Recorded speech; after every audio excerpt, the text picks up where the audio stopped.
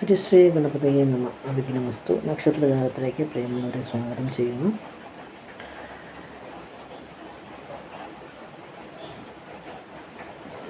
പൂയം ആയില്യം എന്നീ നാളുകളുടെ കുറച്ച് കാര്യങ്ങളാണ് പറയുന്നത്. കർക്കിടകൂറുകാരായ അവരുടെ കുറച്ച് കാര്യങ്ങളാണ് ഈ ഒരു വരുന്ന രണ്ടാഴ്ചയിലേക്ക് സംഭവിക്കുന്ന കുറച്ച് കാര്യങ്ങളാണ് പറയുന്നത്. അതിനുള്ള കാര്യം പറഞ്ഞുകൊണ്ട് നിങ്ങൾ ആദ്യമായിട്ട് ചാനൽ കാണുന്നത് നിങ്ങൾ സബ്സ്ക്രൈബ് ചെയ്തേക്കുക. അടുത്ത ബെൽ ബട്ടൺ കൂടി അമർത്തി ഓൾ എന്നുള്ള ഭാഗം ഇനേബിൾ ചെയ്ത് വെച്ചാൽ ഇടുന്ന വീഡിയോസൊക്കെ നിങ്ങൾക്ക് ആദ്യം തന്നെ ലഭിക്കും. കർമ്മനിരതരും ഊർജ്ജസ്വലരുമാണ് ഈ നാളുകാർ. നർമ്മബോധത്തോടുകൂടി കാര്യങ്ങൾ നോക്കിക്കാണാനുള്ള ഇവർക്ക് ഒരു കഴിവുണ്ട്. ജയപരാജയങ്ങളെക്കുറിച്ച് ചിന്തിക്കാതെ, ജയമോ പരാജയമോ ഒന്നും അവർ ചിന്തിക്കില്ല. നന്നായിട്ട് പരിശ്രമിക്കും, അതുകൊണ്ട് തന്നെ വിജയം കൈവരിക്കും. സർക്കാരിൽ നിന്നും പ്രതികൂല നടപടികളൊക്കെ ഉണ്ടാകാം.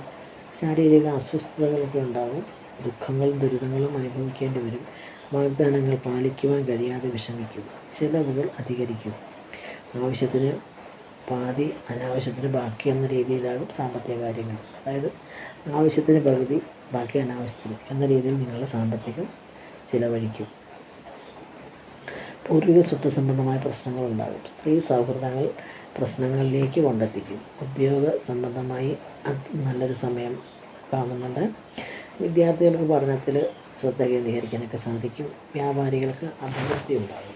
കലാകാരന്മാർക്ക് പേരും പെരുമയും നിലനിർത്താൻ സാധിക്കും. ധനപരമായിട്ട് ഉള്ള നേട്ടങ്ങൾ കാണുന്നുണ്ട്. വിദേശയാത്രയും ജോലി സാധ്യതയും അതിലൂടെ കാണുന്നുണ്ട്. ധാർമ്മിക കാര്യങ്ങളിൽ നല്ല രീതിയിലുള്ള പുരോഗമനം ഉണ്ടാകും. പിതൃതുല്യ വ്യക്തികൾക്ക് ചെറിയ രീതിയിലുള്ള അസുഖങ്ങളൊക്കെ ഉണ്ടാകാൻ സാധ്യതയുണ്ട്. ആത്മീയ കാര്യങ്ങളിൽ താല്പര്യമുണ്ടാകും. ഇതാണ് കാണുന്നത്.